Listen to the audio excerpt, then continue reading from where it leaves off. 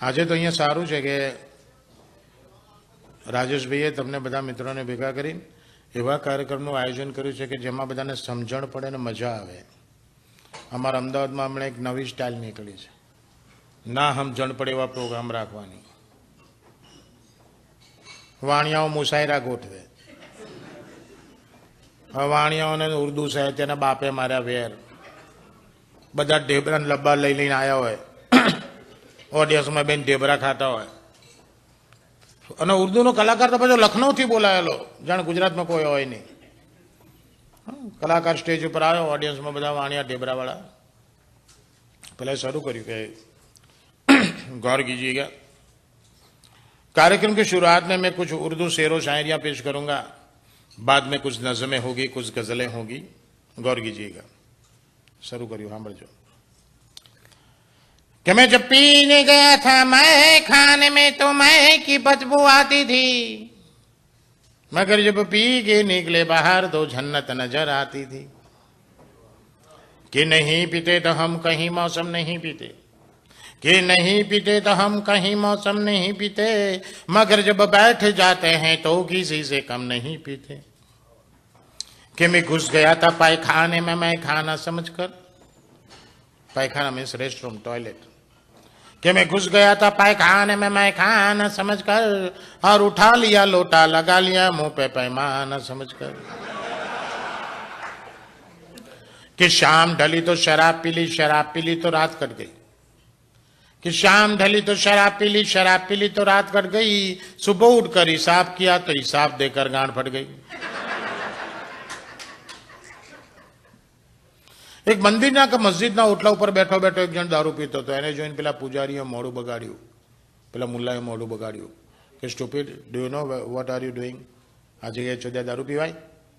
तो बोले जो दारू पीतो ताने मुल्लानो को पुजारी ने हाथ पकड़े तो करा, है खुदा के बंदे, अरे खुदा के बंदे, अगर ताकत है तेरी इबादत में तो ये मस्जिद को हिला के बता, अगर ताकत है तेरी इबादत में तो ये मंदिर को हिला के बता, वरना बैठ मेरे संग 2 घूंट पी और मस्जिद को हिलती देख, मंदिर को हिलता देख. चुदा तारी भक्ति में जे ताकत नहीं, आ 2 पेग में जे पी बधु हमणा हलवा मंडी छे.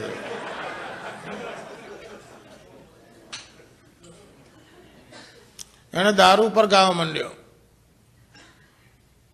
અને દારૂની એક મજાની વાત કહી દઉં, તમે બધા પીવો છો ને, એ મજાની વસ્તુ છે. આ દારૂમાં ભગવાન છે સાહેબ.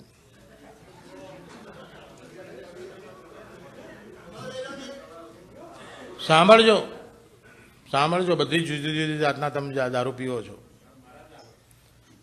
હા, મારા છો, હમણાં કથા કરીશ. કે જીન में बसी जानकी रम में बसे राम. जीन એટલા દારૂમાં તમે જે જીન પીવો છો ને એ. कि जिन में बसी जानकी रम में बसे राम, वोडका में विष्णु बसे विस्की में हनुमान. कि जिन में बसी जानकी रम में बसे राम, वोडका में विष्णु बसे विस्की में हनुमान. किस किस शराब को छोड़े यारो, किस किस शराब को हम छोड़े यारो, जब हर बोतल में है भगवान. તમારા બૈરું જો દારૂ છોડવાની વાત કરતી હોય ને તો યાદ રાખીને સંભળાવી દેવાનું, કોઈ મગજમાં નહીં જોઈએ. બહેન છો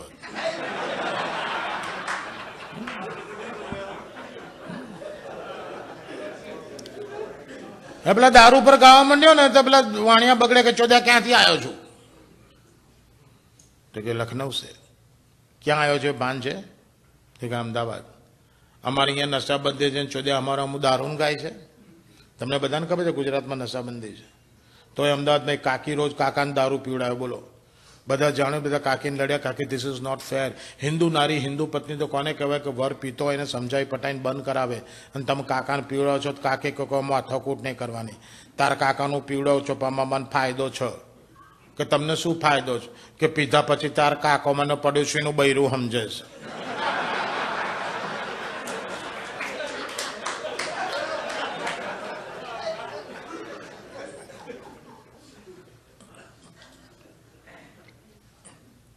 વાણિયા બંધ કરે તો કે દારૂ નહીં, એલા કઈ બીજું ગા.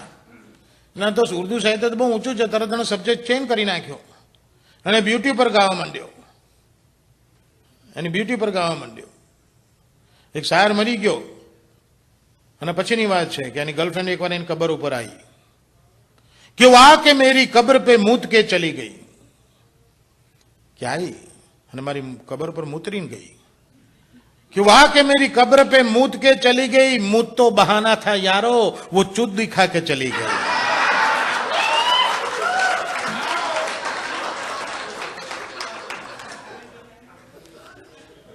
एक शायर બહુ હેન્ડસમ એક્ટર જેવો અને ગર્લફ્રેન્ડ ફિયાન્સી કાળી દિવસે દિવસે સુકાતી જાય તેના કાલાપન ઉપર એને બે લીટી લખી कि ये कालापन तुम्हारा ये फरिश्तों की भूल नहीं है, ये कालापन तुम्हारा ये फरिश्तों की भूल नहीं है, वो तो तिल बनाने बैठा था और शाही फिसल गई। एक शायરની ગર્લફ્રેન્ડ એની ફિયાન્સી બ્યુટીફુલ છે, એની બ્યુટીને વખાણ કરે છે, કેટલી બ્યુટીફુલ છે કે નહાકર બાલ શાનों पर वो गीले छोड़ देती हैं। નહીને જ્યારે એના ભીનાવળ ખભા ઉપર છૂટા મૂકી દે છે કે નહાકર બાલ શાનों पर वो गीले छोड़ देती हैं तो ये बरसने वाले बादल भी अपने अपने रास्ते मोड़ लेते हैं। એની બ્યુટીને વધારે વખાણ કરે છે કે તું આટલી બધી બ્યુટીફુલ છું, આજે પૂનમની રાત છે, તારા વાળ ઓળવા માટે બાલ્કનીમાં ના જઈશ, ગેલેરીમાં ના જઈશ कि बाम पर न जाना कभी तू शब मेहताब में, कि बाम पर न जाना कभी तू शब मेहताब में, कि ये चांदनी गिर जाएगी तो मैला बदन हो जाएगा। એટલે તમે વાવા કરો છો, તમારી બાજુમાં કાકો બેઠેલો, મેં કાકાને ખાલી એટલું જ પૂછ્યું, મૂકું કાકા શું કીધું એણે? મન કે સમજણ ના પડતો હું કરવા આવ્યો ચોદ્યા?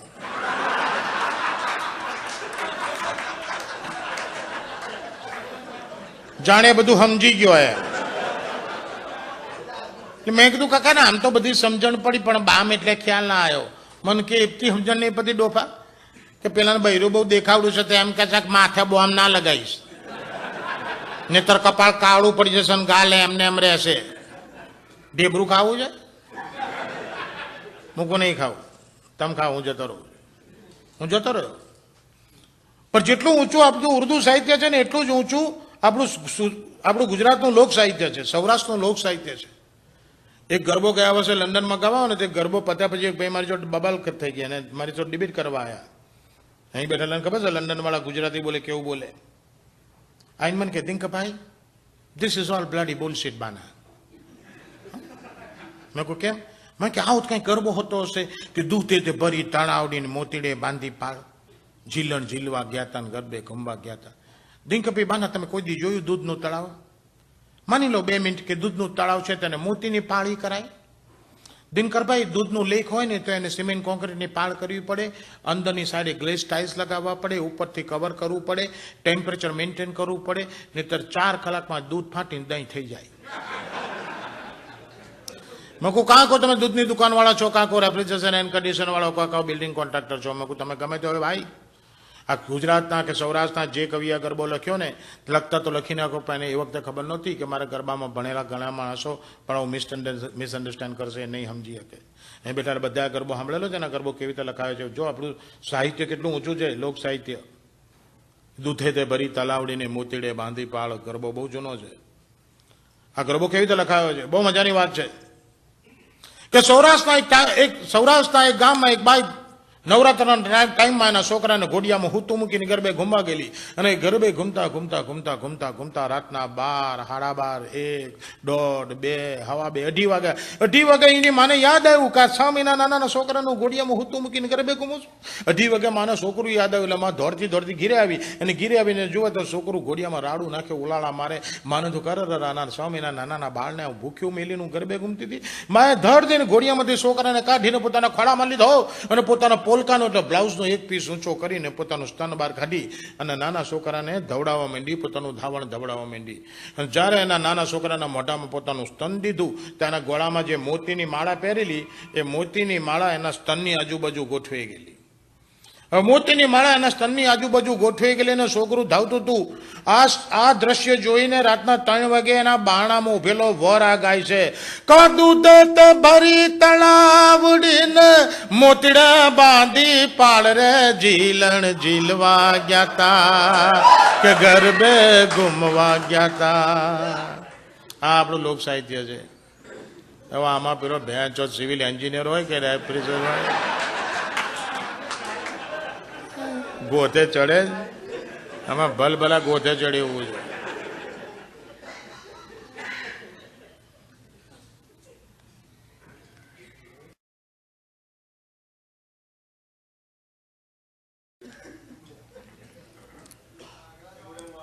એક બાપુ છે ને શિકાર કરવા જાય, 1 કલાક કાંટો નાખીને બેસી રહે, 1 કલાક બેચો માછલી જ ના પકડાય.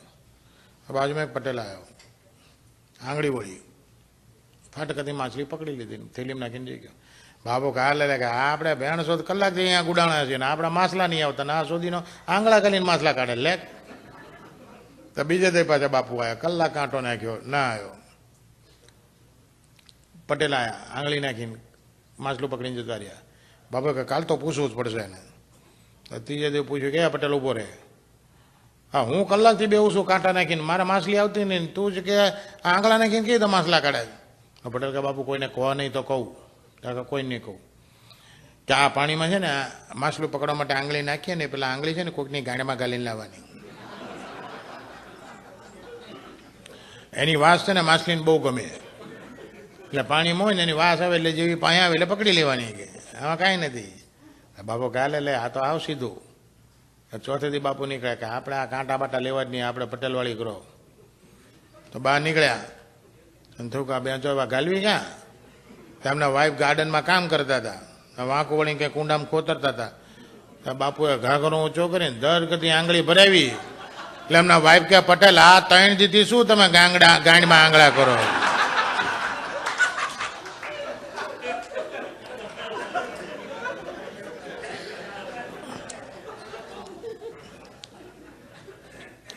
એક છોકરાના બાપનો એકનો એક પણ 1 નંબરનો ઘેલચો દેવો, આખો દાડો જુગાર, પાના પત્તા, ક્લબ લાઈફ, બાપના ધંધા જવાનું નહીં, કોઈ હેલ્પ કરવાની નહીં. એટલે એકવાર એની માએ કીધું બેટા પપ્પાનો બિઝનેસ ના ગમતો હતો, પપ્પા ગુજરી જાય પછી આપણે વેચી નાખીશું. તારા જેવો જોન છોકરો પપ્પાને હેલ્પ ના કરે, આખો દાડો બેસી રહે, એ ના સારું લાગે. બેટા તું એકવાર તો પપ્પાને બિઝનેસમાં જા, કે પછી તને ના ગમે જ ના જતો. એ કીધું કે ઓકે ચાલ કાલ ડેડીને કહેજે કાલ હું જઈશ. મેં કીધું છોકરાએ હા પાડી છે કાલે આવવાનો છે. તો બાપો ખુશ થઈ ગયો કે હો કાલે મારો સન આવે છે, પ્લાન્ટ મેનેજર, પ્લાન્ટ ઓપરેટર, બધાને કીધું કે એવરીબડી શુડ બી એલર્ટ, કે he should be treated nicely, કાલે આખી ફેક્ટરી આપણે બતાવી છે. એ છોકરો એટલે બાપો અને પેલો જનરલ મેનેજર અને પ્લાન્ટ મેનેજર અને ઓપરેટર અને 5-6 જણનું દાડું ફેક્ટરીની વિઝિટમાં નીકળ્યું. તો છોકરો બાપા કે જો બેટા આ જે પહેલો પ્લાન્ટ છે આપણો, આ મોટું ડ્રમ દેખાય છે, ડ્રમમાં પાઇનેપલ નાખી દેવાના, સ્વિચ દબાવો, પાઇનેપલ ક્રશ, એના બિયા છોડ્યા બહાર, પાઇનેપલ જ્યુસ તૈયાર સીધું પાઇપમાં જાય ને સીધા ટીન ભરાઈ જાય ને એને લેબલ લાગી જાય, સીધા કાર્ટન પેક થઈ જાય, આપણે કશું જ નહીં કરવાનું. This is all fully automatic machinery, આપણે સ્વિચ જ દબાવવાની. આ બીજો પ્લાન છે ટોમેટો જ્યુસનો છે, આ મોટા ડ્રમમાં ટામેટો નાખી દો, સ્વિચ દબાવો, ટોમેટો ક્રશ, બિયા છોડ્યા બહાર, ટોમેટો જ્યુસ તૈયાર થઈને સીધા ટીન ભરી જાય. આ ત્રીજો પ્લાન છે નોનવેજનો છે, હમણાં જ આપણે નવો નાખ્યો છે, 1.5 મહિનો થયો. આ મોટું ડ્રમ દેખાય છે, એમાં ડુક્કર નાખી દેવાનું, ભૂંડ, પીગ, સ્વિચ દબાવો, ભૂંડ ક્રશ થઈ જાય અને હાડકા ચામડા ઓટોમેટિક છૂટા પડી જાય અને મટનનો સૂપ તૈયાર થઈને સીધો પાઇપમાં બહાર જઈ અને ટીન ભરી જાય, લેબલ લાગી જાય, કાર્ટન પેક થઈ જાય, બધું ઓટોમેટિક, આપણે ખાલી સ્વિચ જ દબાવવાની, કાંઈ જ નહીં બીજું.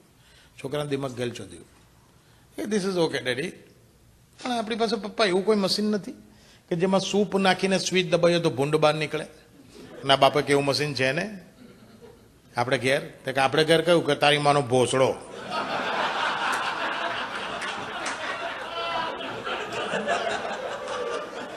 આટલું સૂપ નાખીને તારે જેવું ભૂંડ બહાર પાડ્યું છે ને, ભોસડીના ઊંધા ઊંધા સવાલો કરે છે.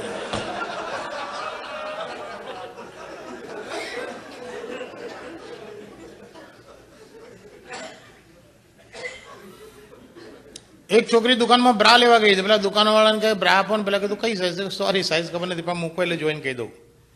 એટલે 80ની એટલે 36ની મૂકી, કે ઓહ ટુ બિગ. 34 મૂકી કે નાની બતાવો, 32 મૂકી કે નાની બતાવો, 30ની મૂકી મોટી પડશે, 28ની મૂકી નાની બતાવો, 26ની મૂકી કે આ મોટી છે, 24ની બતાવો, 24ની મૂકી કે નાની બતાવો. પેલા દુકાનવાળો બોકે આ શું બેંચો મગજ મારી. એટલે બધી બ્રાનો ઢગલો ખેંચી અને ડ્રોવર ખેંચી અને અંદરથી ક્લેરેસલની ટ્યુબ કાઢીને કીધું લે બેબી આ લગાવ્યું છે, ખીલ થયા છે, તને મટી જશે. ખીલ થયા છે ને બેન્ચો બ્રા લેવા આવી છું. અને એકવાર આ ભાઈ છે ને જેમના હાથમાં ગ્લાસ છે, આ કાંડા ઉપર આશીષ ને, હા એ દુકાને જઈને કે પેલી છોકરી કાઉન્ટર ઉપર કે કોન્ડમ હાલો, તો પેલી કે કઈ સાઈઝ, ઓ સાઈઝ નથી ખબર, આ ડોન્ટ વરી કે આવો અંદર, અને પાછળ લઈ ગયા ઘાઘરો ઊંચો કરીને ગાલવા દીધું. અને પેલી આને કીધું 6 ઇંચ. તો કે હા, કે કેટલી આપું? તો કે ડઝન આપ. ડઝન લઈને બહાર નીકળ્યો. ત્યાં એને પેલો અતુલ મળ્યો.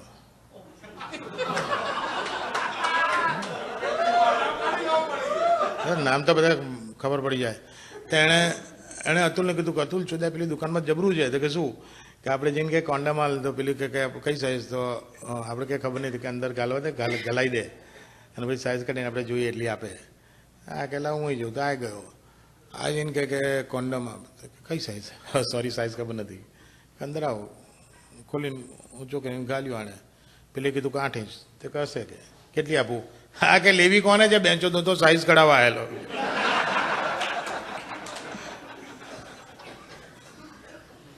એક માણસ દવાની દુકાન જઈને કે કોન્ડમ આપો. પેલા ઇન્ડિયાની નિરોધ આપી. તો કે કેટલાની છે? કે 5 રૂપિયાની 5. બહુ ચીપ છે યાર, કોઈ સારી આઈટમ બતાવો. તો સારી લેવા અંદર ગયો. દરમાં પેલા 12 બહેણીઓ હતી ને, એમની એક બહેણી ખોલી, 2 ચિંગમ મોઢા મૂકીને 2 ખિસ્સા મૂકી.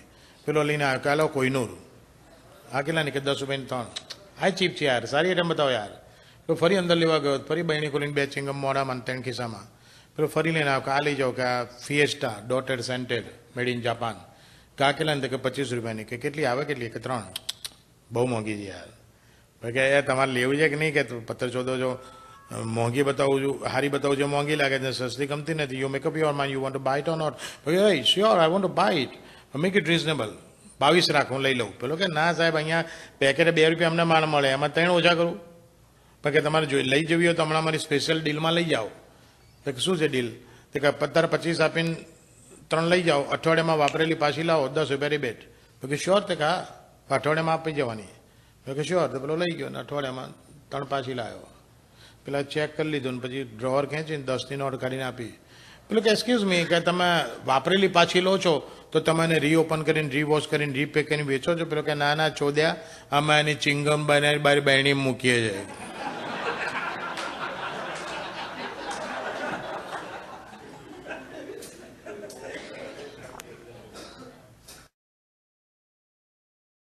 મુઠ્ઠીઓ મારે. એમાં પછી મુઠ્ઠીઓ પતી જાય ને એટલે કોન્ડમ કાઢી ગાંઠમાંની ઘરમાં તાર હતા ને એની ઉપર ભરાઈ જાય. જોત જોતા એમના ઘરમાં 30-40 આમ તોરણ જેવું થઈ ગયું. એટલે એકવાર મારા તમારા જેવા પૂછ્યું, સરદાર ये सब क्या है? सरदार के ये सब वो बच्चे हैं जिनको माँ का प्यार नहीं मिला.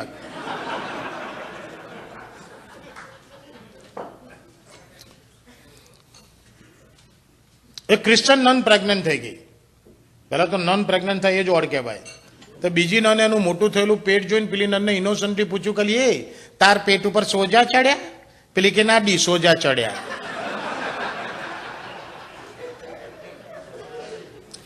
હવે જે આવે છે this one of the top 10. 4 નન મરીને ઉપર ગઈ, 4 નન. એટલે ભગવાન પૂછ્યું કોણ છો ને અહીંયા કેમ ઉભા છો સ્વર્ગના ગેટ ઉપર? પેલી કે અમે નન છીએ અને અમે મરી ગયા છીએ એટલે અમે સ્વર્ગમાં આવીશું એવું સમજીને અમે અહીંયા ઊભા છીએ. ભગવાન કે શ્યોર, તમે નન હશો તો તમે સ્વર્ગમાં જશો, પણ સ્વર્ગમાં મારે તમારી કેટેગરી નક્કી કરવા માટે તમને કંઈ પૂછવું પડશે. તમારાથી પૃથ્વી ઉપર તમે નન હતા એ દરમિયાન તમારાથી ખોટું, ખરાબ, જાણે અજાણે, ભૂલી ચૂકે થઈ ગયું હોય તો તમારે મારી પાસે કન્ફેસ કરવું પડશે અને તમારા કન્ફેશન ઉપર હું તમને સ્વર્ગમાં રૂમ આપીશ, કેટેગરી આપીશ. તો પહેલી નનને પૂછ્યું તારે કંઈ કન્ફેસ કરવું છે? પેલી કહા તો કે શું?